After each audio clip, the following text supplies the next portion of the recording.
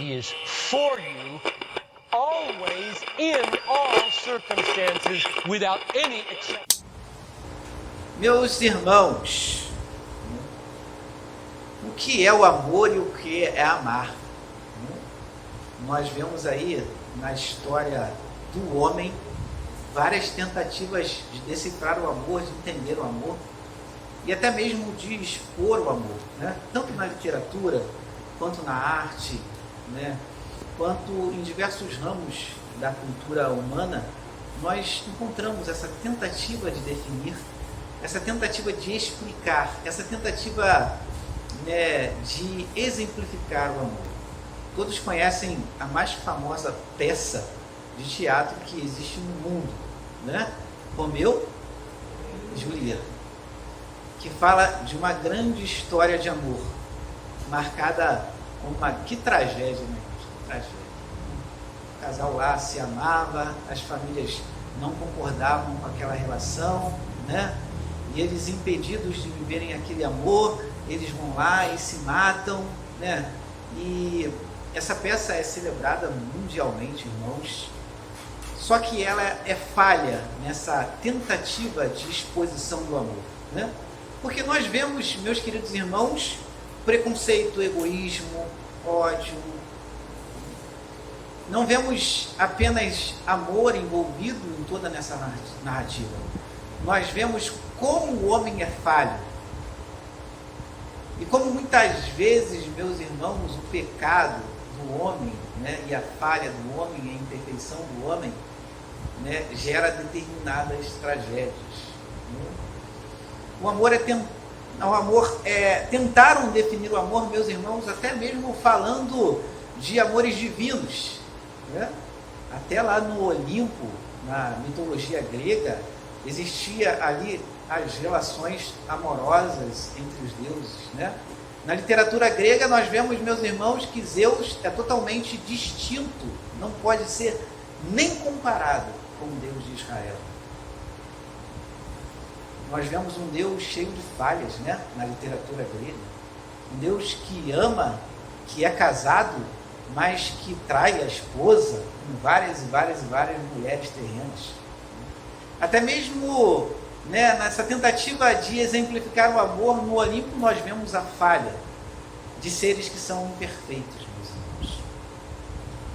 Camões, que é tão famoso, tentou definir o amor é chama que arde sem se ver.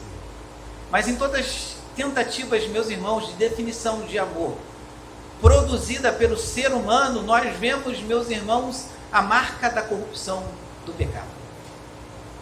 Nós vemos, meus irmãos, que o amor humano não é vivido na sua plenitude, mas ele é cheio de falhas e imperfeições.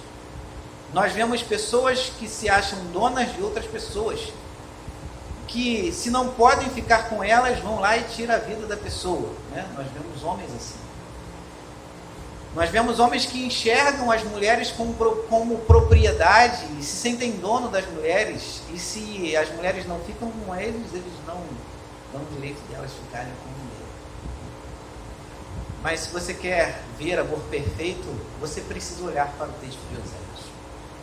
Porque o texto de Oséias, meus queridos irmãos, vai falar de um sublime amor, de um majestoso amor. De fato, de um verdadeiro amor divino, que é manifestado fisicamente na pessoa do nosso Senhor e do nosso Salvador Jesus Cristo. Deus, ele envia Jesus Cristo ao mundo, meus irmãos, para nos resgatar das trevas, para nos resgatar da própria ira de Deus e, consequentemente, para nos resgatar do inferno. Como eu falei na semana passada, meus irmãos, o principal objetivo do Evangelho, é claro que você tem objetivos secundários, mas o principal objetivo do Evangelho não é fazer você rico, embora você possa ser rico, né? Não é trazer um bem-estar emocional, embora o Evangelho traga um bem-estar emocional. Mas a principal razão de Jesus Cristo ter manifestado o amor dele na cruz do Calvário por você é para que a ira de Deus não consumisse a sua vida. É para que o teu nome tivesse escrito lá no livro da vida do Cordeiro. Teu nome está escrito lá, meu irmão, minha irmã, por causa de Jesus Cristo. E esse é o principal objetivo da presença de Jesus encarnada, manifestando esse glorioso amor por nós, na cruz do Calvário. Portanto, devemos celebrar sim o Natal, embora tenhamos a certeza de que a data está correta. Mas um fato é inegável, irmão. Jesus Cristo nasceu. Ele se encarnou. Pela sua encarnação, nós conhecemos o verdadeiro amor e o que é amor de verdade. Nisto nós conhecemos o amor. O evangelista João fala: nisto nós conhecemos o amor que Cristo deu a vida por nós. Isso é amor de verdade, irmãos. Não é amor limitado, não é amor falho, não é amor que é acompanhado ao mesmo tempo de indiferença, de ódio e de pecado. Isso é amor de verdade, isso é amor sublime, isso é amor majestoso. Nisto nós conhecemos o amor. Somente se conhece o amor sublime por meio da pessoa do nosso Senhor e Salvador Jesus Cristo. Oséias fala, meus irmãos, da relação de Deus com Israel, através da metáfora do casamento de Oséias, que os irmãos já explicaram aqui perfeitamente, que Deus mandou Oséias se casar com uma mulher que ia se prostituir. E que Oséias não deveria se separar dessa mulher, mas Oséias deveria continuar nessa mulher. A relação de Oséias tipificava e exemplificava a relação do próprio Deus com Israel. De como Israel, em contraposição à pessoa divina, ele era infiel, ele era desleal, ele amava mais os prazeres mundanos, ele amava mais os outros deuses do que a própria pessoa de Deus que o criou, que o formou, que o salvou da terra do Egito. Em contrapartida, meus irmãos, a esse amor fracassado. Há pessoas que não concordam comigo quando eu falo amor fracassado. Israel não fracassou, Israel fracassou, irmãos. Israel não deu a Deus aquilo que era digno da pessoa da divindade, ele fracassou. O amor de Israel por Deus fracassou, porque Israel se relacionou com outros deuses.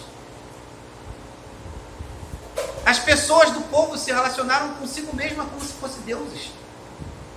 Em contrapartida, meus irmãos, a esse amor fracassado, limitado, perdido, desorientado e sombrio, nós temos Deus, uma posição antagônica a isso. Nós vemos, meus irmãos, a beleza e a perfeição do amor divino, da divindade. Embora não apareça, meus irmãos, fica aí implícito algumas características do amor de Deus que eu quero citar aqui para você. E dizer que essas características estão presentes na sua vida, porque Deus ama você desta forma. E embora você muitas vezes na sua caminhada de vida, fale diante desse Deus altíssimo, maravilhoso Deus, pela graça e pela bondade, você tem a oportunidade de conhecer um amor que é majestoso e glorioso, de conhecer um amor que é divino. Disse ao Senhor: vai outra vez, ama uma mulher amada de seu amigo e adúltera, como o Senhor ama os filhos de Israel, embora eles olhem para outros deuses e amem bolo de paz. Vai lá e ama aquela mulher como Deus ama Israel.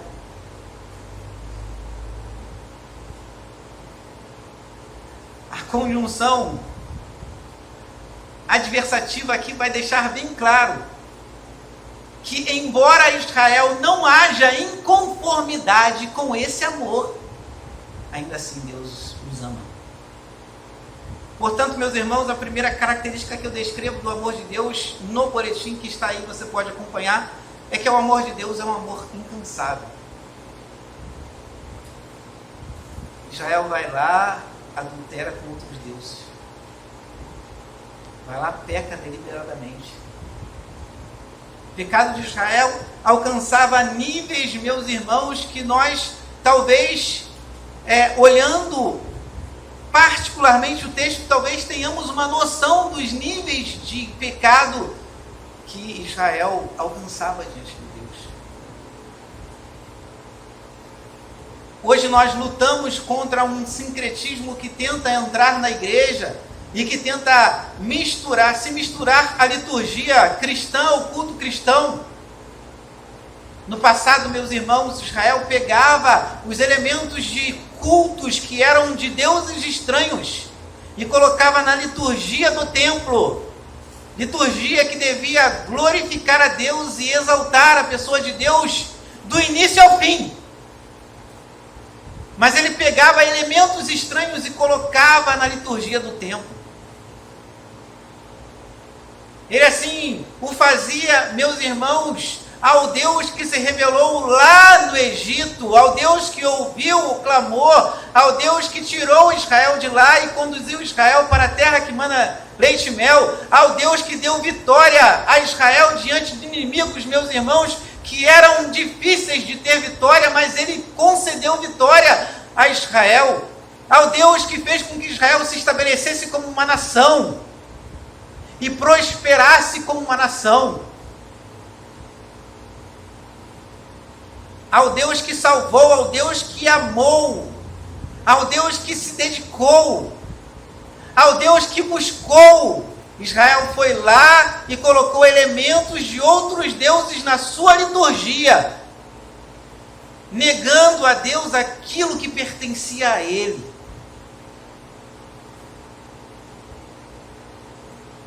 De uma maneira antagônica, diante desse ato de Israel, Deus simplesmente faz o quê? Vai lá e casa com aquela mulher adúltera, para que Israel veja que, embora eles amem mais os outros deuses estrangeiros, eu os amo. Amor incansável, amor que não se cansa, irmãos. Amor que não se cansa.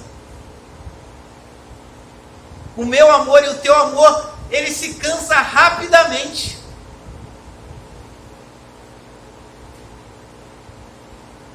Nosso amor pelas pessoas se cansa rápido. A gente é sem paciência.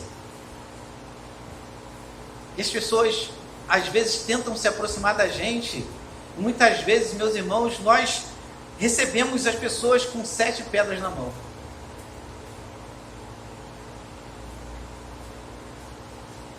Nosso próprio amor para com Deus, meus irmãos, é um amor que se cansa.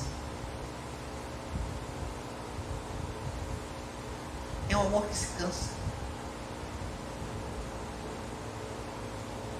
Deus é sempre o prejudicado na nossa vida.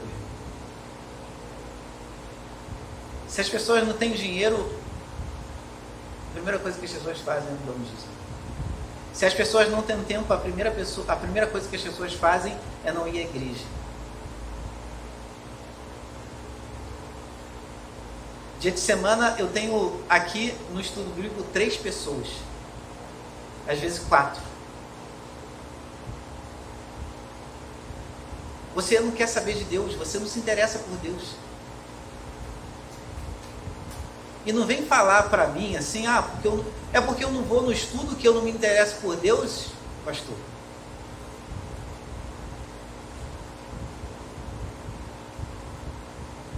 É porque você se cansa de Deus com facilidade.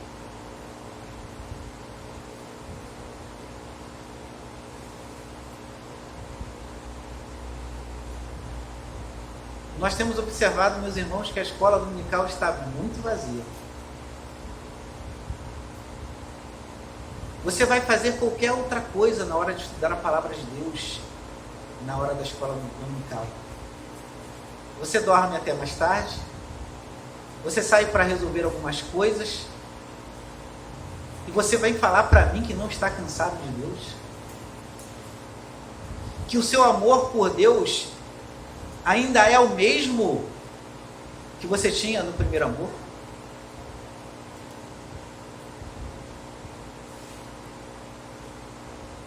Uma coisa é você falar com os lábios que você ama a Deus e não está cansado dele. Uma coisa são as suas condutas e as suas atitudes. E para Deus, meus irmãos, sinceramente, para Deus, o que importa é a sua obediência. Não importa seu pensamento positivo. Pensamento positivo, meus irmãos, é coisa de autoajuda. Não é bíblico não isso. Eu tenho um pensamento positivo para com Deus, pastor. Mesmo que eu não esteja na igreja cultuando Ele, adorando Ele, dedicando o meu tempo que Ele quer de mim, eu tenho um pensamento positivo sobre Deus. Você acha que isso importa para Deus? Não importa para Deus não. Deus ama e quer ser amado. Você ama Deus? Você ama Jesus? Eu amo Jesus, pastor. Aquele que tem os meus mandamentos e o ama é quem? Me ama. Aquele que tem os meus mandamentos e o guarda é quem? Se você não guarda o mandamento de Jesus, você não ama Ele. É a definição dele mesmo. Você quer contradizer isso? Você quer contradizer a definição de amor que Jesus Cristo traz na sua santa palavra?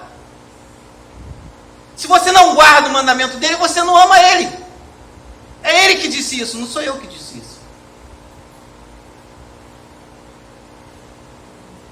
E depois tem gente que não concorda que o nosso amor é fracassado, irmãos, por Deus. Como o nosso amor pode ser um amor diante de Deus, que dá a Deus aquilo que é devido, né? Deus ama, irmãos, e todo mundo que ama quer ser amado.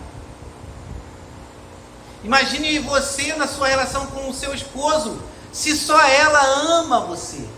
Se você não a ama, não há mutualidade nesse amor. Apenas alguém recebe o amor, não o outro. Na nossa relação com Deus é a mesma coisa. Deus nos ama e quer ser amado. Mas existe uma diferença distinta entre o amor, nosso amor, e o amor de Deus. O amor de Deus se cansa. O seu se cansa. Para vergonha sua mesmo, para vergonha minha. É vergonhoso isso. É vergonhoso sermos amados por Deus, não no sentido de que o amor de Deus seja vergonhoso, mas é vergonhoso para nós, meus irmãos. O amor de Deus é sublime. O amor de Deus por nós ser manifestado na cruz, onde Ele moe o seu Filho ali na cruz, para que eu e você fôssemos salvos. E aí, como resposta a esse amor sublime que nós recebemos da cruz, dedicamos a Deus, meus irmãos, desculpe a expressão, esse cristianismo capenga que a gente dá aí. E essa devoção capenga que a gente dá aí. Mais uma vez, meus irmãos, enfatizamos então que a salvação do homem é tão somente pelo amor incansável de Deus. Não está fundamentado nas suas realizações. E embora muitas vezes as pessoas falem, o pastor repete isso toda hora, mas tem que repetir isso toda hora. Porque ainda existem pessoas na igreja amarradas à ideia de que elas merecem o amor de Deus, quando na verdade não merecem. Quantos soberbos na igreja? Mas você pode se alegrar nessa noite. Se alegrar não no seu amor fracassado, mas se alegrar no amor incansável de Deus. Olha, Israel, embora vocês amem outros deuses e gostem de bolos de Páscoa, são bolos dedicados a outros deuses, tá, irmão? São oferendas a outros deuses. Embora vocês gostem de oferendas que sejam dadas a outros deuses, vocês precisam saber que eu amo vocês. Como não viver a vida bem? Como não viver a vida, meus irmãos, extasiado, sabendo dessa informação? Sabendo que, muito embora eu, pastor Marcos, não consiga dedicar a Deus a minha devoção, a devoção que Ele exige de mim, embora muitas vezes o pecado tome conta do meu coração e da minha mente, e eu faço coisas que desagradam a Deus. Eu descanso na minha vida, porque o amor de Deus por mim é incansável. Não se cansa. Não se cansa. E você pode sair daqui nessa noite crendo nisso também. O amor de Deus por você não vai se cansar. Como entender esse amor que é indecifrável e imerecido? Irmãos, quem é que pode dizer que merece o amor de Deus? Quem é que pode entender isso, irmãos? Quem é que pode entender que na sua plenitude, na sua grandeza, na sua majestade, na sua infinitude, Deus deseja se aproximar de pessoas que são imperfeitas e de pessoas que são frágeis e fracassadas? Como entender, meus irmãos, que nós, sendo como somos, despertamos o interesse de Deus a ponto de Deus, num primeiro ato, criar o ser humano? A criação, meus irmãos, é uma atitude de bondade. Não fique triste. Eu quero que nessa exposição você fique alegre, porque a gente está falando do amor de Deus e das características do amor de Deus. Mas não fique triste, porque você existindo e não existindo para Deus não faz diferença. O Criador não estabelece relação de dependência com você. Ele não depende de você. Ele não depende de Adão. Ele não dependeu de nenhum dos patriarcas. Numa iniciativa divina, ele criou o homem para se relacionar com o homem. O homem o desonrou, se afastou dele. E numa mesma iniciativa divina, esse Deus vai providenciar uma forma para que este homem se aproxime dele. Como entender isso, meus irmãos? Nosso amor é extremamente interesseiro, irmãos. O amor do homem, de maneira geral, eu digo. Nos interessamos, meus irmãos, por aquilo que vemos. A beleza das pessoas impressiona. Às vezes o rapaz, quando está procurando uma namorada, né? Ele vai lá procurar uma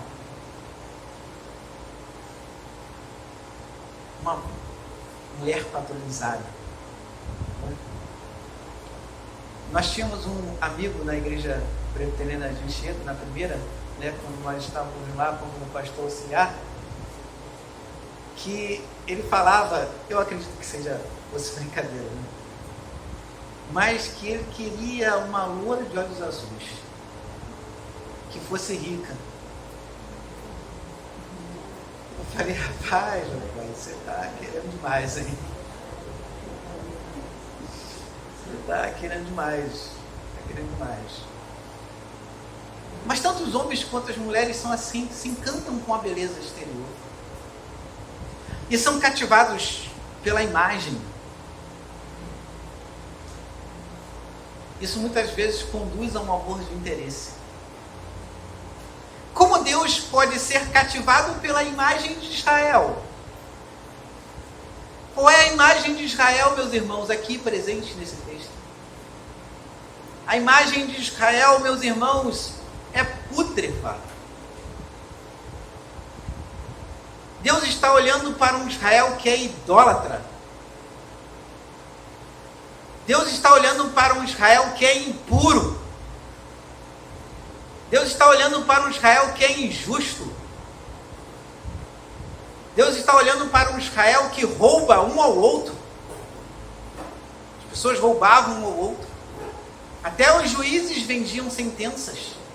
Deus está olhando para esse Israel. Como é que a imagem de Israel pode cativar a Deus e pode atrair Deus a ele? Como entender um amor desse? Um amor que é elevado, né, irmãos? Um amor que é elevado, não é esse amor que a gente tem aqui na terra, não. que a gente vai falar com o irmão já fala grosseiramente. Que você não pode nem demonstrar sua fragilidade, que vem todo mundo e taca uma pedra em você. Você fica até com medo de se abrir, né? Às vezes com um pastor, meus irmãos, desculpa o desabafo, eu tenho até medo de conversar com as pessoas.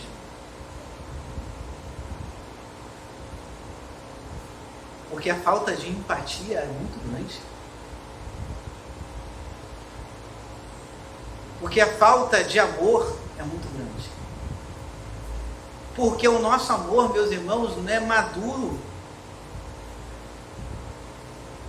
de tal forma que eu tome uma atitude amparada no amor de Deus e não na crítica. Mas o amor de Deus, meus irmãos, é um amor elevado, um amor elevado que o nosso. A gente fala que ama caboclos.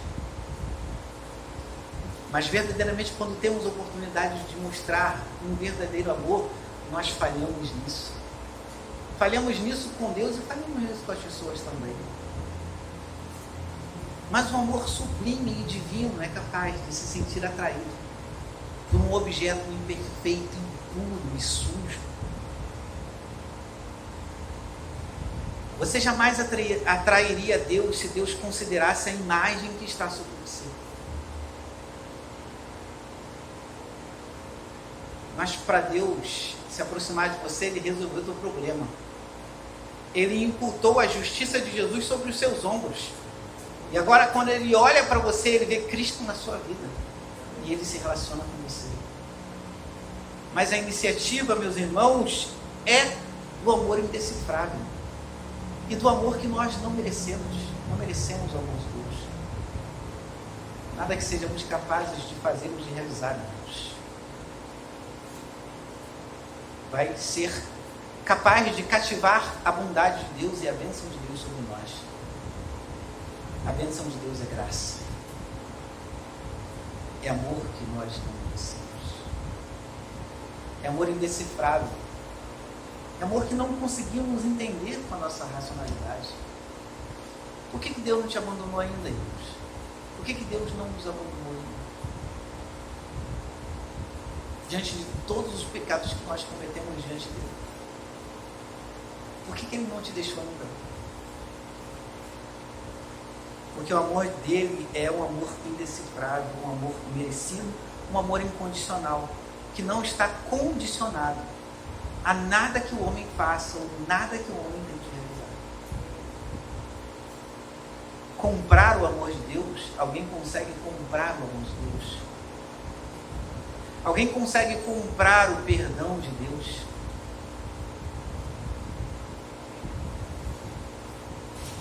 Alguém consegue dar a Deus algo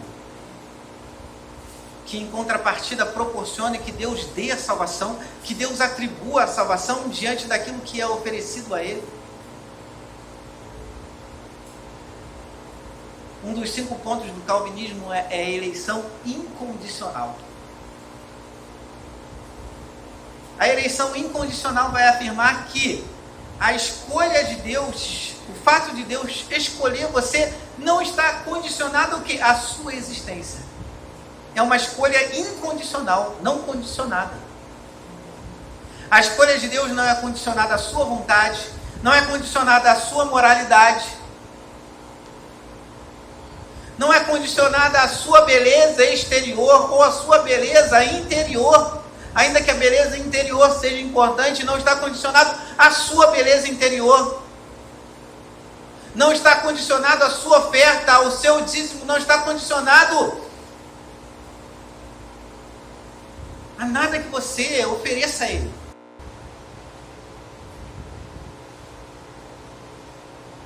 O que você pode dar a Deus? Olha, Senhor, eu te dou isso aqui e você me dá a salvação. Meus queridos, a salvação é grandiosa demais, irmãos. E só existe uma moeda que torna possível a salvação. E essa moeda foi derramada lá na cruz, que é o sangue de Cristo Jesus, nosso Senhor Salvador. Não é você. Mas tem gente que persiste na ideia de que sou eu. Afinal de contas, eu tenho 40 anos de presbiterianismo, gente. Sou eu. Sou presbiteriano. 40 anos. Deus me ama porque eu sou presbiteriano há 40 anos. Ou sou presbiteriano há 30 anos, 50 anos. Não, Deus ama você. E a condição do amor dele por você não está em você, está nele. Nesse amor que é perfeito, que é imerecido e indecifrável, que é incansável. O amor de Deus é sacrificial, tolerante. Imagine você na sua relação com o seu cônjuge. A esposa estaria professora de português, então tem que medir as palavras. Seu cônjuge. Imagine você na relação com o seu cônjuge. Imagine você maltratá-lo dia a dia, todos os dias.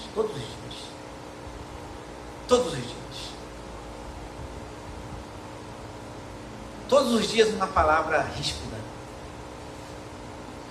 Todos os dias um ato malicioso. Todos os dias um ato de humilhação.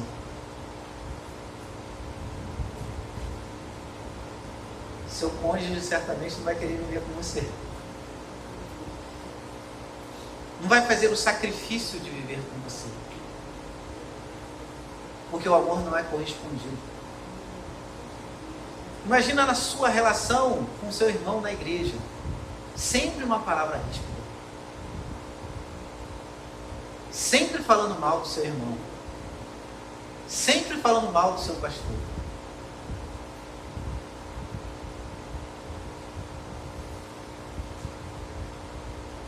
Será que o sacrifício de ficar perto de uma pessoa que odeia a gente é fácil de fazer, irmãos? Será que você está nesse nível? Poxa. Será que você está nesse nível? O amor de Deus é sacrificial, irmãos. Seu pecado desonra a Deus. Seus atos confrontam a Deus. O Deus santo, o Deus descrito em Isaías, que é santo, santo, santo, santo. Seus atos afrontam a Deus. Eu não vou dizer que seus atos humilham a Deus, porque não humilha a Deus, porque já falei aqui que Deus não estabelece relação de dependência com você. Não é porque você não vem à igreja e adora Ele que Ele vai ficar tristinho. Ih, meu servo não veio hoje, estou triste. Seu comportamento, a alegria de Deus não está condicionada ao seu comportamento. Deus não está condicionado a você em nada, absolutamente nada. Não é pela sua adoração ou pelo seu culto que você vai fortalecer a Deus. Deus não precisa ser fortalecido, Ele o é. Deus não precisa de você para ser soberano, Ele o é. Isso é que distingue o Deus de Israel do Deus grego. Porque quando você pega a literatura grega para ler sobre Zeus, Zeus se relacionava com mulheres mortais. E Zeus era fortalecido pela oração dos seus devotos. Se Zeus não tivesse devoto, ele não teria força, ele não seria um Deus forte. Você acha que o Deus de Israel é assim? Você acha que o Deus que criou todas as coisas é assim? Condicionado à sua oração, condicionado ao seu culto, condicionado à sua adoração? Deus é Deus, santo e soberano, e não precisa de você para ser assim. Ele o é. Infinito, soberano, criador de todas as coisas. Não está condicionado a você em nada, absolutamente nada. Mas esse Deus se sacrifica por você. Mais uma vez, você consegue explicar isso? Não. O clímax do sacrifício, o clímax do amor sacrificial de Deus foi na cruz, na pessoa de Jesus. O Verbo encarnado. O Deus que se encarna. Numa belíssima visão, o evangelista João vai falar no capítulo 1, versículo 18. Ele armou a sua tenda entre nós e morou conosco.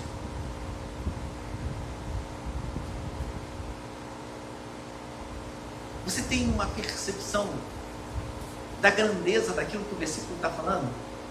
Imagine você morando naquela época e Deus estava morando ao teu lado, literalmente, literalmente.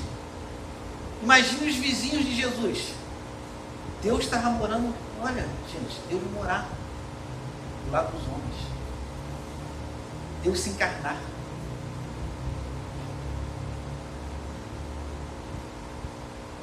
Ele habitou corporalmente na carne humana. Desde o dia do seu nascimento, Jesus já passou por um processo de humilhação muito grande. Hoje, com a graça de Deus, nossos filhos nascem na maternidade, recebem todo aquele tratamento. Ainda que não nasçam na maternidade, mas seja levado para depois, para ser tratado também. Jesus nasceu, meus irmãos, num lugar onde ficava animal.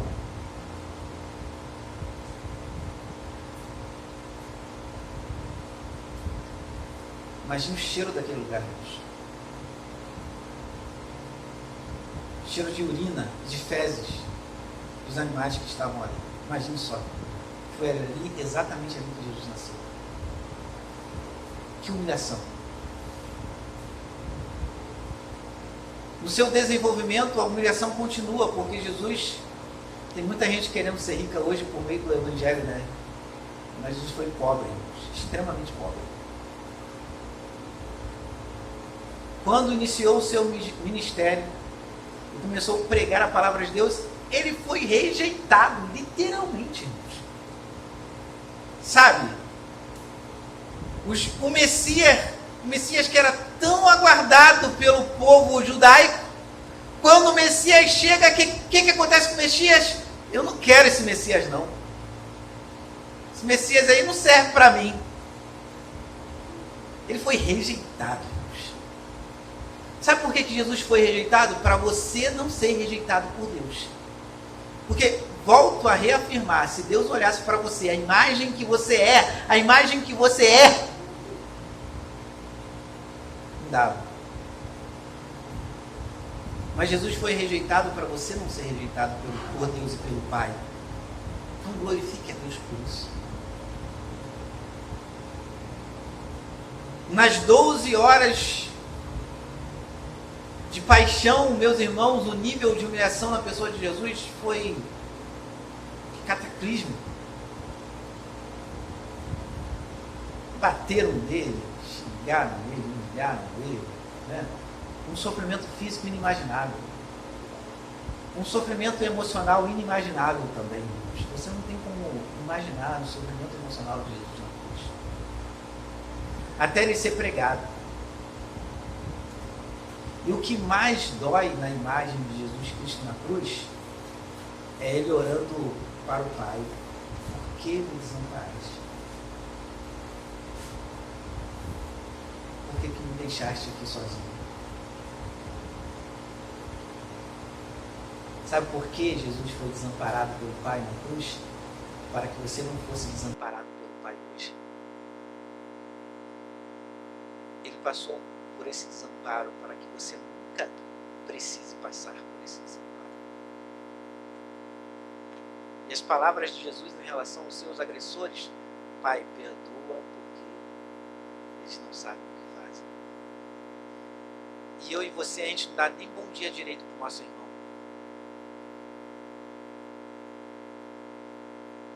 A gente não dá nem bom dia direito para o nosso irmão. A gente não dá nem a paz do Senhor para o nosso irmão quando a gente chega na igreja. Algumas pessoas são assim, não todas. Jesus falou: Pai, perdoa essa galera aí, porque eles não sabem o que estão fazendo, Pai. Olha o grande sacrifício que o amor de Deus fez por você. Deus amava o Filho. E Ele se desprende do Filho para que o Filho buscasse você. Para que o Filho resgatasse você. Um amor que gera dor. Esse amor é sacrificial. O amor de Deus por Israel é sacrificial. Deus tolera os pecados de Israel. Olha, Israel, vou tolerar seus pecados, vou fazer esse sacrifício. O amor de Deus é leal. Uma semelhança do amor incansável. Ele é um amor leal, um amor contínuo. Ontem realizamos uma cerimônia de casamento e exortamos os noivos a demonstrarem e a viverem um pelo outro o amor contínuo, o amor leal. Que Deus é o Senhor do pacto do casamento. E como Deus não quebra pacto, Ele não gosta de ninguém que quebra pacto. Deus odeia a quebra do pacto, a quebra da aliança. Pense muito bem antes de fazer aliança com alguém. Pense muito bem sobre isso.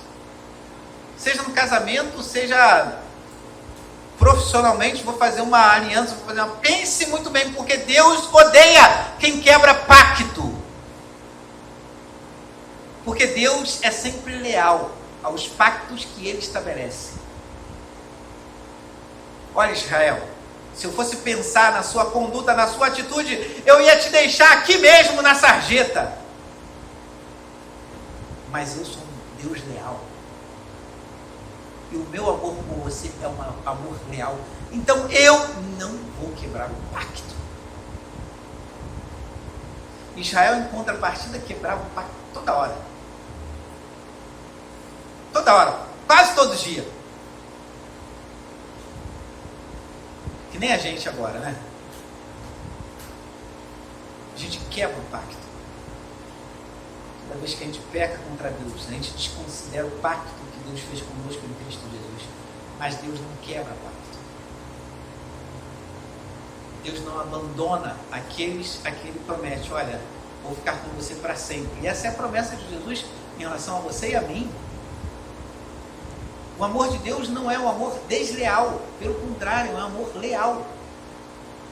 É um amor contínuo. É um amor que vai abraçar você. Olha, pastor, mas eu estou chegando aí aos 80 anos e eu olho para trás e eu vejo que fiz tantas coisas erradas, pastor. Tantas formas e de tantas maneiras eu desagradei a Deus. E a nossa carne vai sempre tentar trazer à nossa mente o fato de que nós somos totalmente abandonável. E realmente nós somos abandonável, mas Deus é leal, Ele não nos abandona. Os relatos históricos a respeito de Lutero dizem que no seu leito de morte, ele clamava e ele agonizava, pedindo que Deus não abandonasse. E certamente Deus não abandonou e não abandonaria. Mas a carne humana, o pecado, né? Coloca na nossa mente, no nosso coração, que nós somos abandonáveis. Que Deus vai abandonar você. Que Ele te deu uma bênção hoje e você peca contra Ele, Ele vai tirar a sua bênção amanhã. Deus não é assim. Deus não é como o homem é, nós somos assim. Nós somos desleal muitas vezes nas nossas relações. nas nossas relações de amizade, nas nossas relações fraternais. Quanta gente decepcionada com as pessoas na igreja, irmãos. Porque tanta deslealdade nas relações fraternais.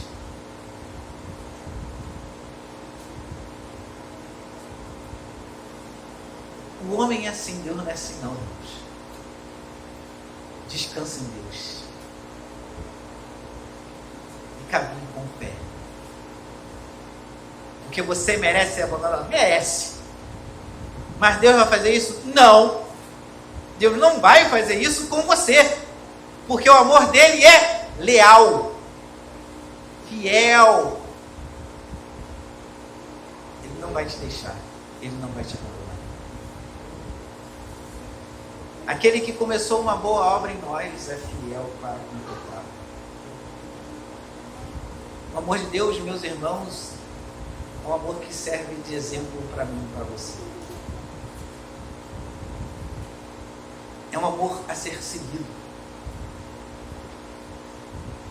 Quem dera que o amor que você tem pelas pessoas e por Deus fosse incansável.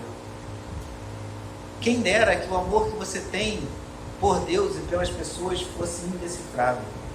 Quem dera que o amor que você tem por Deus, que você tem pelo seu irmão, fosse um amor incondicional. Não, eu só amo o meu irmão se ele me der alguma coisa.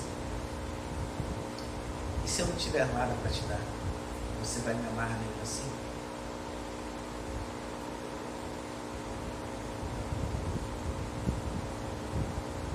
Mesmo que seu irmão não tenha nada para te dar, ame ele mesmo assim. Ame ele mesmo assim. Seu dever como cristão é amá-lo mesmo assim. Mesmo que o seu irmão seja cheio de defeitos.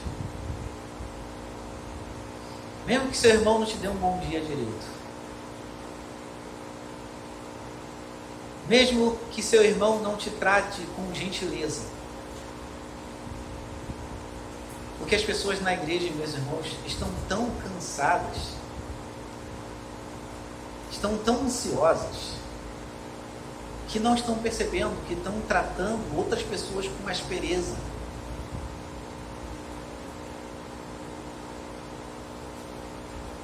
Mas seja gentil com ele. Quem dera o meu amor por você fosse incondicional. Não condicionado àquilo que você possa me dar ou me oferecer, mas simplesmente amar você com todos os seus defeitos. Agora que nós temos muitos defeitos, né, irmãos? Quem dera que o nosso amor fosse um amor sacrificial, tanto o nosso amor por Deus, quanto o nosso amor pelos irmãos também. Quem dera, meus irmãos, o amor e a paixão que sentimos por Deus nos levasse a todo e qualquer sacrifício necessário para honrar a Deus. Mas as pessoas não querem vir nem na igreja direito, irmãos. Eu ainda estou espantado com o número de pessoas que estudam a Bíblia dia de semana aqui. E eu ainda estou perplexo com o número de pessoas na EBD.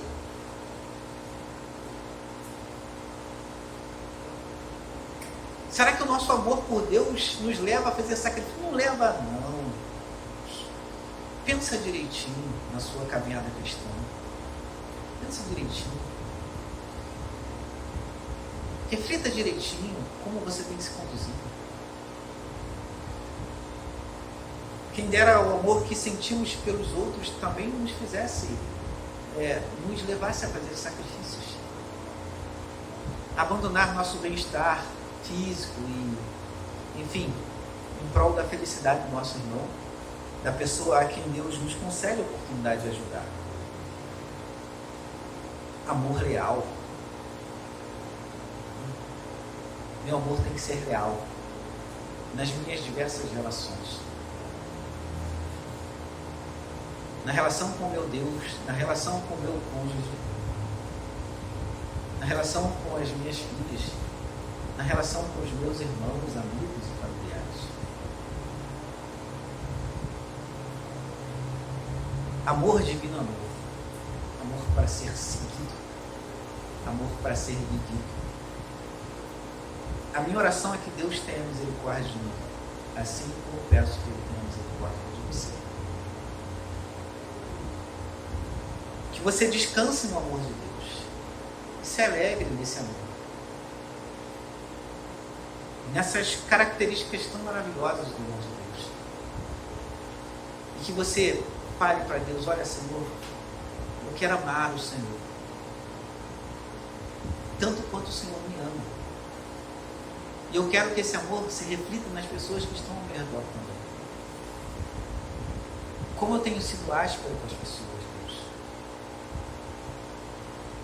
Como eu tenho humilhado as pessoas, Pai. Mas eu não quero ser assim. Eu quero ser gentil como o Senhor é gentil comigo. Eu quero ser doce como o Senhor é doce comigo. Eu quero de fato viver o verdadeiro amor. Eu quero sentir o verdadeiro amor que vem do Senhor. Eu quero viver esse verdadeiro amor diante do Senhor e diante dos meus irmãos. Que Deus faça essa obra em nossas vidas. Vamos orar, meus queridos. Vamos ficar de pé nesse momento. Vamos orar ao Senhor.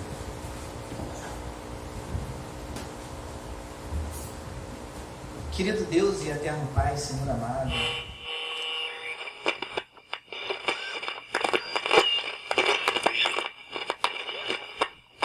So